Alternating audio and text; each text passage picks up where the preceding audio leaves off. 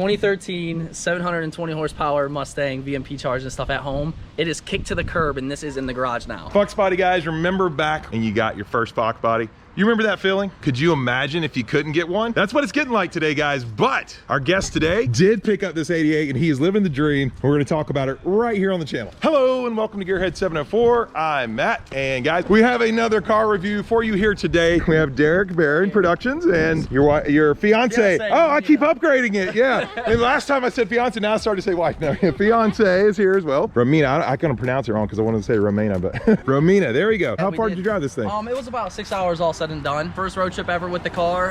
The longest after that was actually picking it up. We drove like 50 minutes to go get it and bring it back. Okay. So that's not really a So trip. this was kind of like the full trial run. Full trial run, and let me tell you, man, I was definitely a little nervous, but I always remembered when I first grabbed it, like from the guy I bought it from, and I drove it home. It was the most solid feeling car. Yeah. I was like, I had so much confidence in it. So there you go, and that's unusual for a Fox, but that's good. It's an 88 GT, right? Yep. And cool thing about it, you just told me how many miles ago. Well, I bought it. It was a two-owner, both military guys. The first guy bought it brand new. I think he spec'd it, ordered it or whatnot, and he had it for 25 years.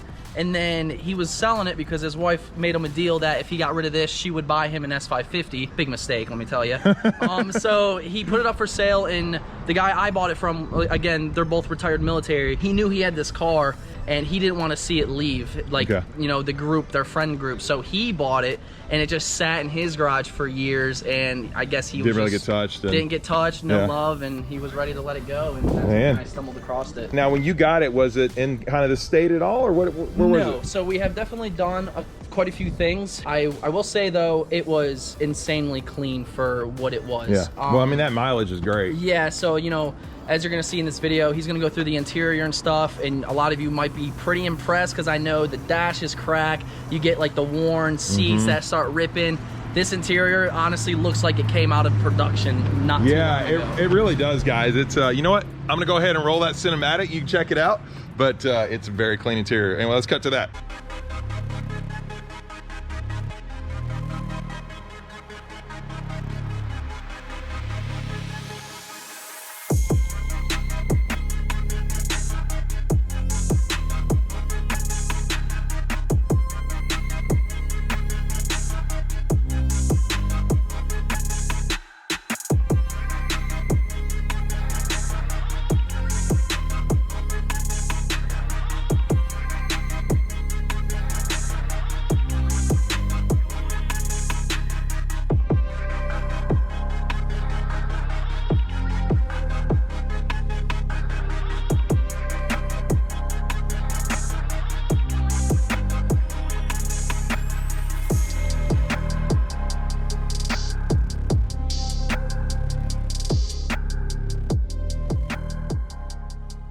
And then, so when I did get it, the car was resprayed, and it wasn't that good of a job.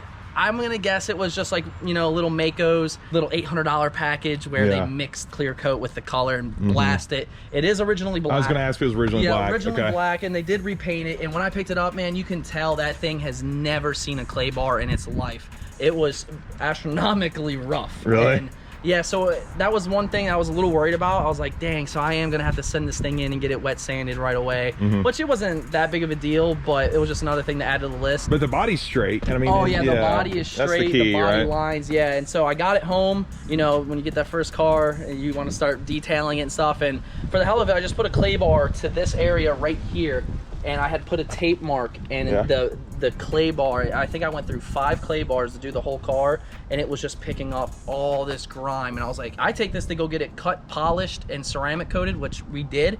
Oh, okay. And it came out pretty good for a Mako job. I mean, you know, it does have some orange peel here and there. It's not the best paint, but I mean, it really has made a complete transformation paint-wise since I first I was going to bought say, because you were talking about, you know, how bad it was, and I'm thinking, it doesn't look that bad. That's because you've already been through all that. Yeah, it was last week, actually. I was on a crunch. I've never been to a Foxtoberfest before. That's where we're here now. When I bought this and I knew it was, you know, a great driving car and pretty reliable, I was like, I gotta make it. So I've been just grinding stuff out, and that was definitely on my list. I wasn't gonna bring it until it got the 2-step ceramic coating, and it truly blew me out of the water. Like, when I saw the final Well, you always product. wanted black, you were telling me before too, right? Yep, yeah, with a Fox body, I always love the black Fox bodies. I'm gonna admit it, the black LXs with the fat tire are my absolute favorites.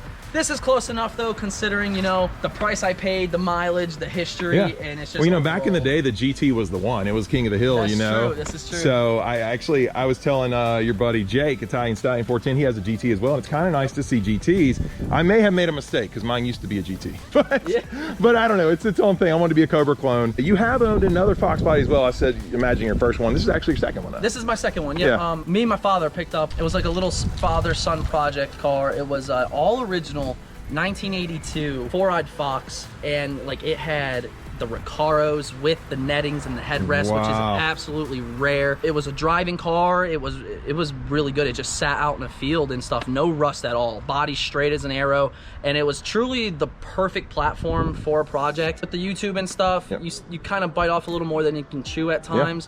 And a lot of work, right? Yeah, when I got it home, I was just like, all right, well, this is actually going to take a lot more money, a lot more work, a lot more time than I realized. You know, it kind of got put on the back burner for like 8 months. I did some things. We did the exhaust. We put a new clutch in it. I was going to do a front end conversion to this front end, actually, which is an to the Aero front end.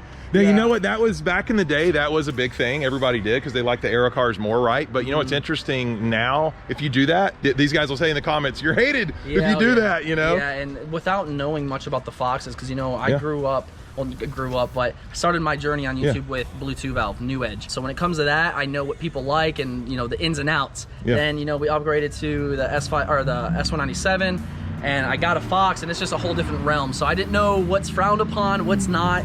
You know what? You're at Foxtoberfest, so I don't care what the commenters say. At Foxtoberfest, Jen, who runs the show, Fox Resto, she says no matter what, as long as you're on a Fox chassis, you can get in. In any state. We've had them on a full rotisserie before there with like nothing, you know, and so you get to see the progress every year. So really, it's fine in whatever state, although yours is a very nice one. But we're just happy that you're into Fox bodies, honestly. It, man, I tell everybody this and I don't think they believe me, but you know, we got Blucifer at home, Bluetooth valve at home. I would sell those cars before I sell this, just because it was just meant to be, man. And it's funny because about, we'll say 6 or 7 months ago, kind of the same situation arose. You know, I had the 82 at the time and I found a Grabber Blue GT, and photos, videos, it looked just as clean as this. To make a long story short, I was gonna jump on it because of the price, and Jake there, actually, if you probably saw his video. We're doing other YouTuber stuff out here too, guys.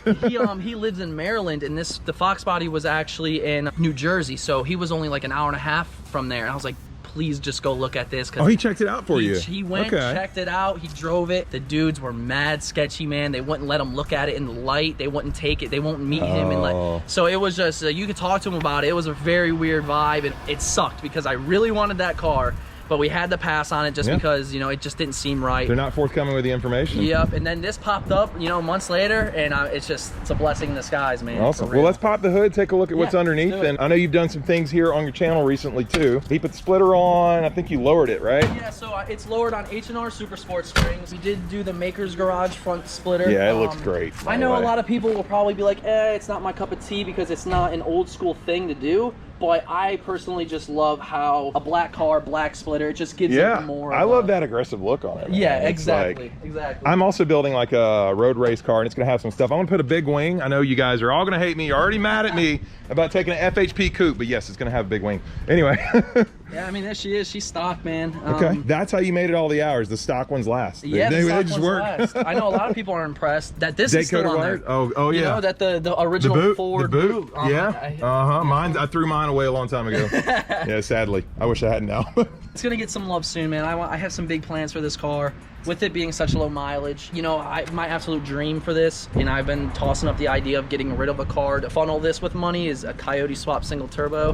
That would be the absolute goal. But at the same time, with having such low miles, this thing drives like a mule, man, and it's just like old school V1 blower, cam, heads. Do yeah. That just makes a little more sense. You know, the you push know what? rods, like, let's find out what they want. Which one they want to see. You guys know what I'm voting for. So which do you want? The Coyote swap or the push rod with the blower? You have Vortec like with the high gears. Old school, and all right. Yeah. Let him know down below, guys, which one. But either way, I'll be happy for you because you're enjoying a Fox. Oh, yeah. Which is what I love here on the channel. And then exhaust wise, you said you made some exhaust changes as well? So exhaust wise, I wish I would have done it sooner because I didn't realize how easy it was to do headers on these cars. Yeah. I'm gonna avoid the long tube headers and hopefully we might be able to like clear up some information, but I did hear on like a stocker FOXBODY that if you run long tubes, they melt clutch cables and stuff like that. Yep, and starters. So yeah, starters, so these guys are gonna argue with me a little bit, but if you're gonna drive the car a lot, you're gonna have to change your starter out all the time, potentially a clutch cable. There are ways to mitigate that, but it's all hassle to me.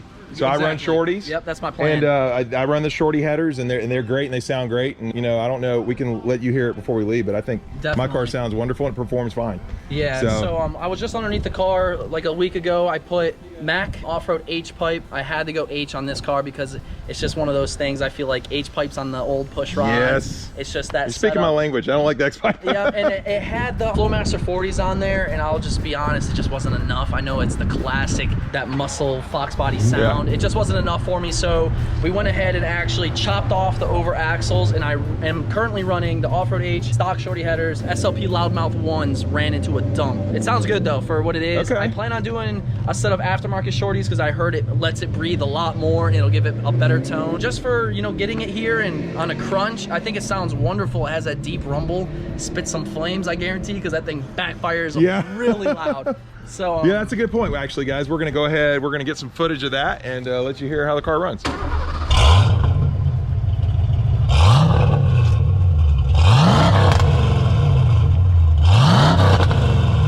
This loudmouth actually sounds pretty good. First time I've heard the loudmouth. It sounds pretty good, actually. Pretty solid. Yeah, not too bad. Didn't like the Flowmasters though, huh? I liked them. It just, I may have had, because when I bought the car, they were already on, and it was a huge dual chamber Flowmaster 40s, and it had a little bit of rumble, but I love this. It's almost perfect. And so as far as the drivetrain stuff, mainly stock, like he said, guys, he has lowered it. He has changed the exhaust a little bit. What gears do you have in it, by the way? I actually have a buddy back home, Steve, that he's my tinner, and he's had a ton of Foxes, and he was asking me this, and I didn't really know. So he looked up my VIN, and I guess there's like a letter in there that you can look up, and that's what kind of package it is. I think they came out to be 327s. Oh, wow. That's actually, now that was orderable from Ford, so it definitely could, but that's rare. Really? Usually, yeah, there was 308s, so you saw a lot of 327s was as high as they, or as low as they went, rather. You know? Oh, wow. Okay. And so it's kind of a more rare option. You don't see it a lot, so that's cool. It probably has more get up and go that way. Yeah, it's not bad. You know, it's coming out of Lucifer. It's well, it's not going to be, you know, tough. You're 225 stock horsepower. Yeah, that's plenty, man. We're rolling. Actually, I kind of think that would be a cool video for you to do on your channel. Back in the day, exhaust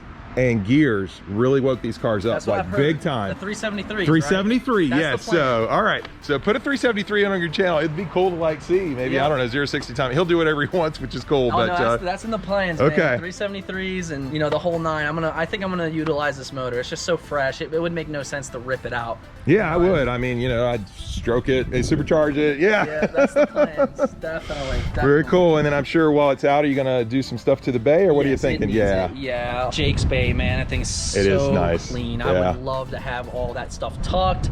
Maybe one day, you know, but that's a lot of work. It is a lot of work. It's a lot of work. Yeah, you can look at my bay. It's kind of more stockish, but it still looks nice too. So a lot of this stuff will come out. You know, a lot of submission stuff when you go, then you don't need it anymore and stuff. So it really cleans it up. Nice. She's sitting good. She's looking good. The interior we kind of talked about. You guys saw there, but you're just enjoying it, which is enjoying it, man. Yeah.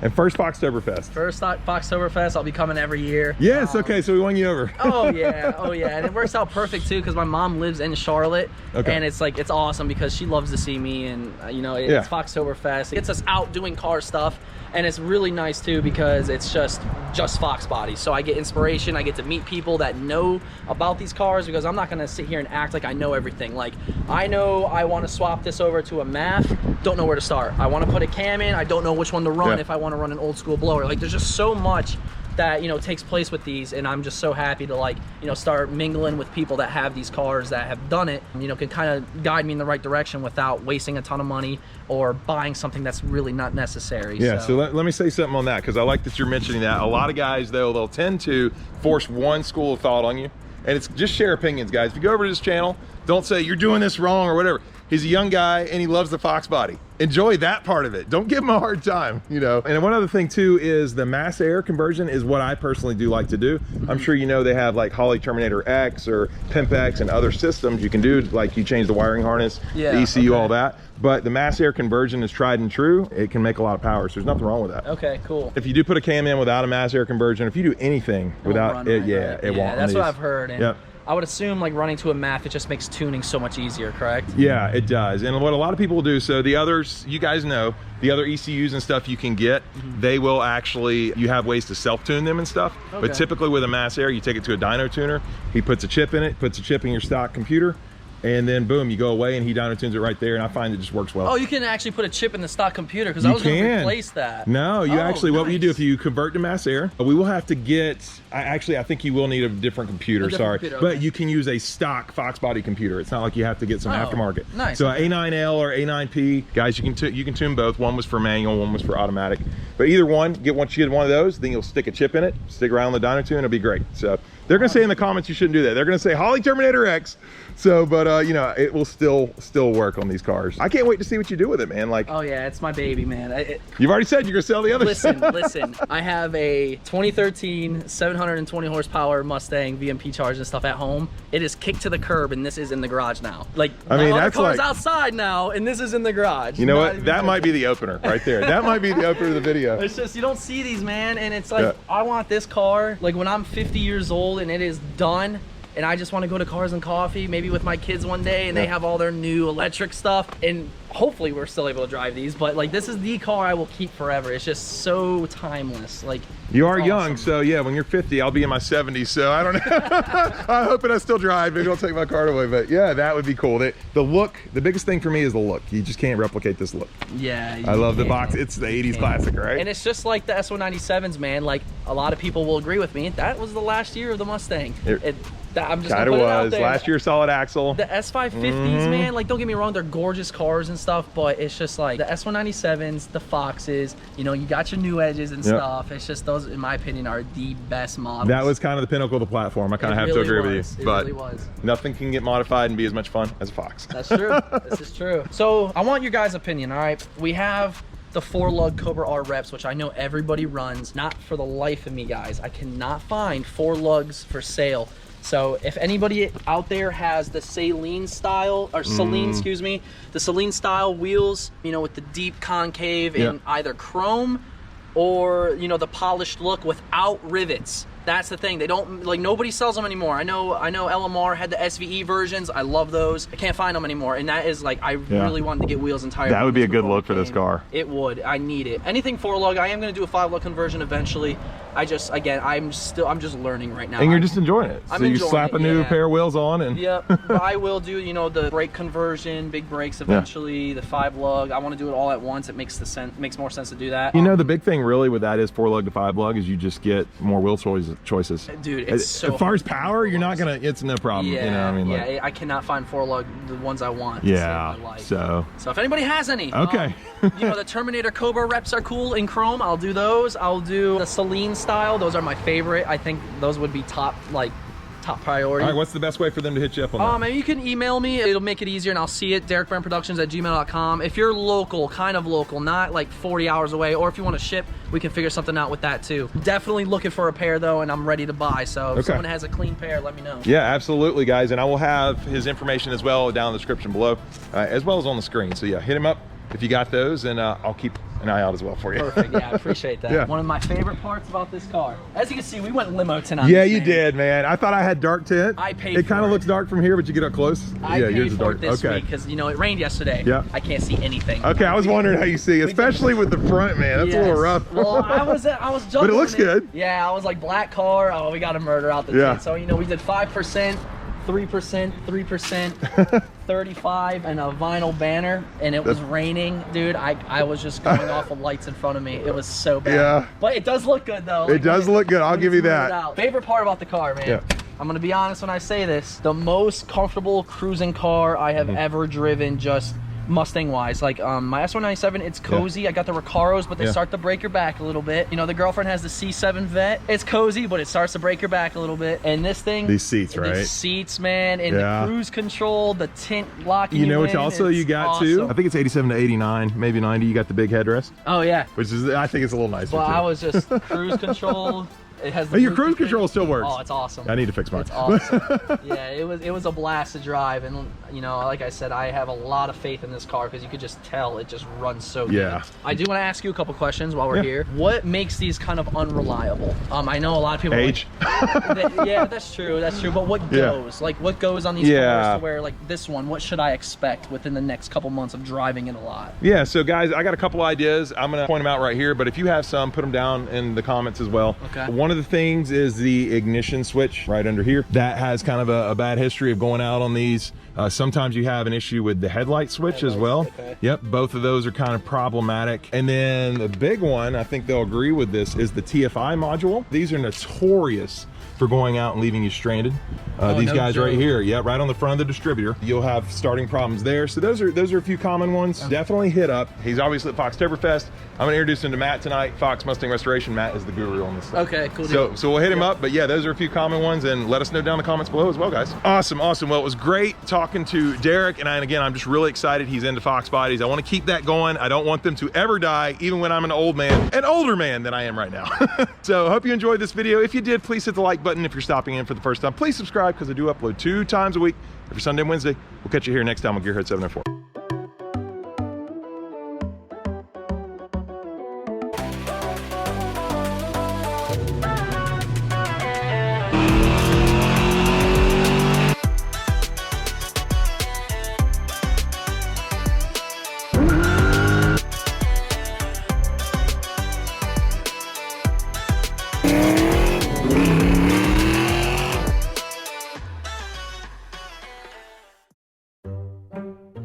We have another car review for you hear you. Yep, bloopers. We've had literally, you know, things on what do you call them? My brain left me. Then on the full turnstile, I can't believe this term is leaving my head. Rotisserie. There we go. I'm gonna edit that.